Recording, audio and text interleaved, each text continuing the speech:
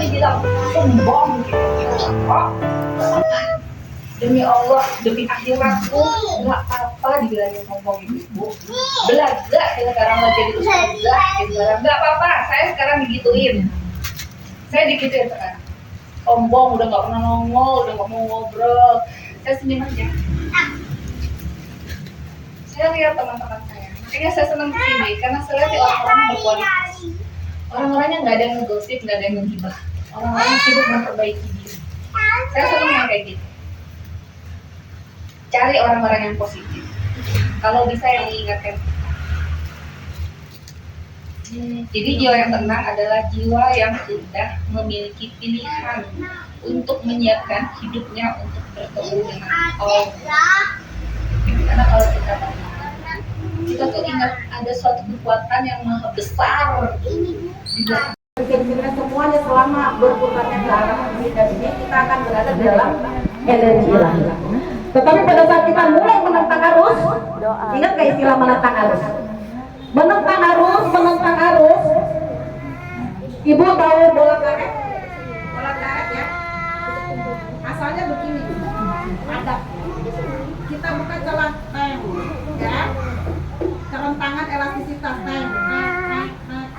Mulai kan? Mulai goyang kan? Mulai guncangan masalah nih. Kita ada titik yang namanya titik nadir. Titik klimaks maksimal. Kalau tidak sadar, tidak ada kasih sayang Allah, tidak ada karunia anugerah yang disebut hidayah, maka kita di sini su'ul khotimah. Tapi pada saat kita kasih sayang Allah yang luar biasa datang kepada kita, karena bisa jadi dan insya Allah karena kebaikan-kebaikan yang pernah ditanam oleh orang tua kita, doa orang tua kita, doa orang-orang yang menyayangi kita, sehingga kita bisa teringatkan. Pada saat kita titik tawakal berhasil, ya Allah aku sudah lelah, capek, dan mulailah energi ilahi. Kita mulai jadi jangan kaget kalau ada yang hijrah atau hidayah, duitnya dihabisin.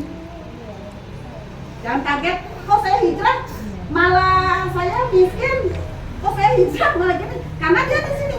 Ya, kan gini kan gonjakannya kan. Untuk dikembalikan kan sampai nanti titik diam. Dia sudah diam. Dia sudah menyatu dengan energi kebaikan. Maka di sanalah perlindungan Allah. Setiap kita mau melangkah hal yang tidak baik, kita pasti ditarik. Setiap kita berbohong, jantung kita bergetar. Setiap kita sombong, kita untuk tidak lebih. Sekarang perempuan itu untuk dimuliakan. Ingat ibu-ibu, perempuan itu mulia.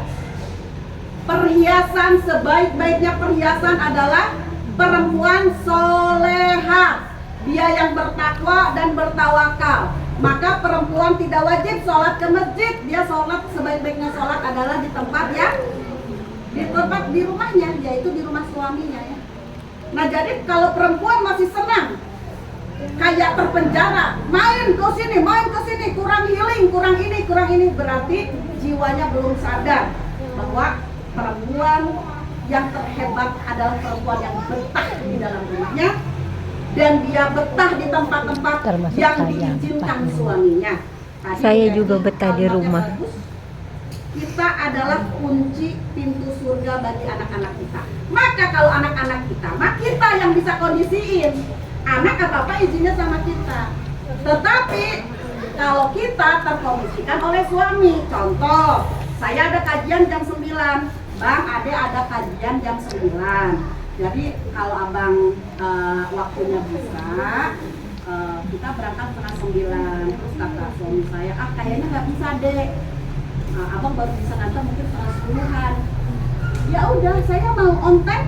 Suami saya nggak bisa. Tapi kalau anak saya yang enggak, bunda ada kajian. Bunda berangkat setengah 9, coba AA atau kakak kondisiin yang bunda setelah kajian selama masih bisa. Nah, banyak sekali orang tua keren oleh anaknya. tapi nggak bisa terem oleh suami. Kebalik. Maka selalu banyak ibu, saya nggak apa-apa bunda gagal jadi istri, tapi saya tidak gagal jadi ibu. Kata siapa? Gagal jadi istri sudah pasti gagal jadi ibu.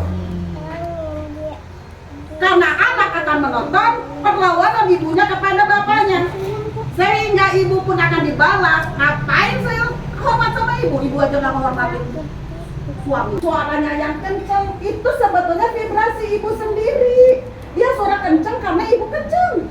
Dia suara kencang karena ibu begini. Saya orangnya teledor, Bu. Jadi hilang dompet, hilang handphone, hilang itu, hilang itu. Bahasa suami saya, Ade jangan bangga jadi orang teledor. Jangan bangga. Ade orangnya tidak waspada. Jadi awal-awal nikah sama beliau itu, tas saya tuh, saya gini jalan aja. Tas saya mana? Udah, suami saya pegang gitu kan. Kemana lagi suami saya pegang? Saat saya ke JNE, dompet saya gede jadi gini. Ketinggalan, suami saya naruh di tempat JNE bang. Apa namanya? Sini. Saya pulang kan, waktu itu kita lagi pandai. Apa kata saya? Hah? Dompet ada di mana? Dompet ada di mana? Masih apa pegang? Suami saya melatih saya waspada. Kenapa saya tidak waspada, teman-teman? Karena saya banyak asisten. Ya kan? Pegang ini dong, itu. Semua saya bayar. Ternyata nggak bisa kalau kita mati itu saya pakai asisten. Benar nggak? Ini nih, Ajal udah menjemput kamu duluan deh. Gue bayar nggak bisa. Nggak bisa pakai asisten. Saya pikir semua pakai asisten. Masak bisa beli. Saya ibu yang efisien. Saya punya anak 4 nggak repot. 1 anak 1 babysitter. Jadi semuanya itu punya babysitternya.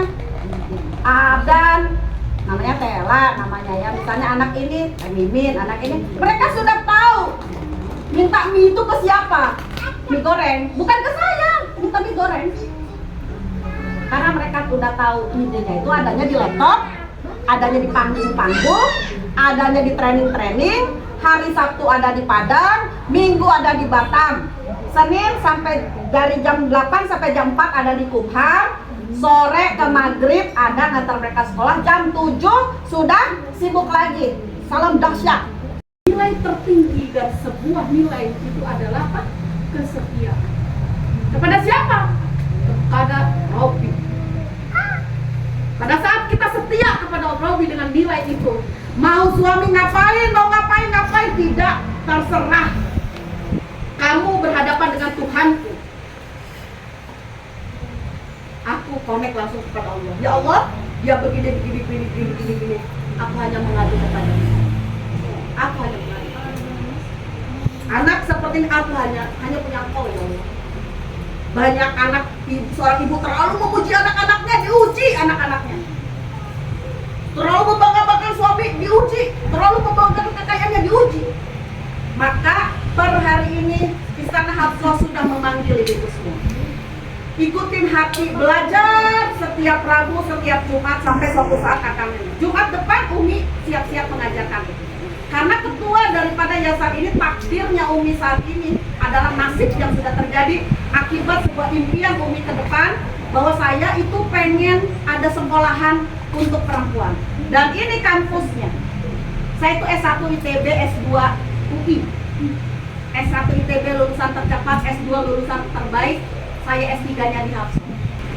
Jadi saya tidak S3, tapi kehidupan saya itulah yang membuat diakui bahwa Bunda Irma udah tinggal nulis gitu kan. Karena saya sudah praktekkan. Nah, saya mengajak ibu-ibu yang lulus SMA jangan minder. Disinilah Anda jajakan sarjana-sarjana kehidupan. Yang masih S1 disinilah S2 kehidupan. Dan Bu Keti bukan hanya kampus Vertiba, dosen hukum. Disinilah ibu bercerita tentang hukum Allah, menjadi dosen bagi perempuan. Ya, saya melihat umur ASN yang berbeda. Karena sama dengan saya termasuk orang yang ASN yang berjiwa. Jadi saya tidak bisa cuma siap bos, tapi saya selalu mengatakan ini bertentangan dengan hukum Allah. Ini. Dan ingat lagi kembali kepada Indonesia, kita itu negara agraris. Maka konsentrasi jangan sampai kita impor beras. Tapi kita itu sebetulnya adalah pemasok beras harusnya. Pemasok ikan kita ini. Kita ini adalah negara agraris yang harus sadari kita itu mengaliri kekayaan kita itu ada dua, sumber daya alam dan sumber daya manusia. Kita adalah negara kelima terbanyak populasinya sedunia. Dan Indonesia itu beragam, ya, beragam etnis, beragam budaya, beragam bahasa. Dan Allah sangat mengerti bahasa masing-masing. Siap teman-teman? Siap. Saya butuh teman, teman-teman juga butuh saya dalam berteman. Bukan berarti saya adalah tidak. Kita butuh partner dalam berjalan untuk mencapai kebahagiaan kita. Bahasanya begini, orang yang bahagia itu jangan begini. Mbak Riri, jangan lupa bahagia. Bahagia itu gak akan lupa. Karena bahagia itu rasa saat ini juga. Bu Yeni, kemarin bawa anak yang bungsu. Dia umur berapa? 9 tahun. Saya pegang langsung nangis ya. Dia adalah anak yang full, banyak kakaknya banyak, ibunya ada, bapaknya ada. Tapi loneliness, kesepian yang sana. Karena mungkin seorang Bu Yeni itu sedang menghadapi ayahnya yang sakit, ya kan. Kemudian pertanyaan saya kemarin, Abang Ahmad Fawaz Syakir, dia dengerin, Ahmad Fawaz Syakir. Ahmad adalah nama Rasulullah. Adek sedih, abang sedih. Kenapa? Takut papa mati ya, dia bilang ya. Dia bahasanya seperti ini. Nah lalu saya kasih sedikit vitamin karena ini rumahnya dia juga. Pulang sudah lebih semangat. Nah teman-teman, kalau ada anak kecil jangan berototin, jangan ya. Jangan. Tapi dia ngomong, anaknya mau siapa? Gitu kan? Abang.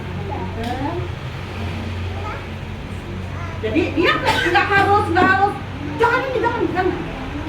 Kita harus menjadi penyayang. Teman-teman, seperti apakah energi kasih sayang itu? Dia akan didekatin anak kecil, dia akan didekatin nenek-nenek, dia akan didekatin binatang.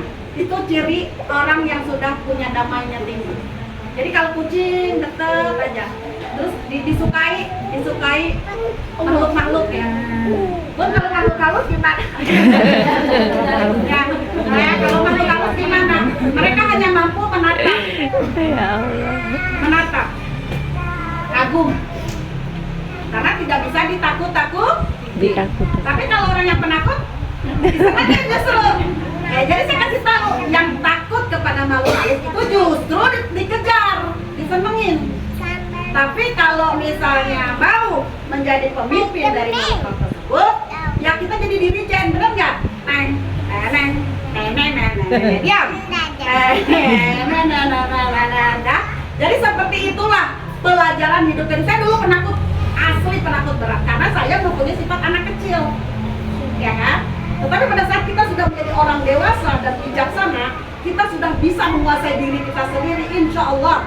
Yang di luar kita pasti kita kuasai.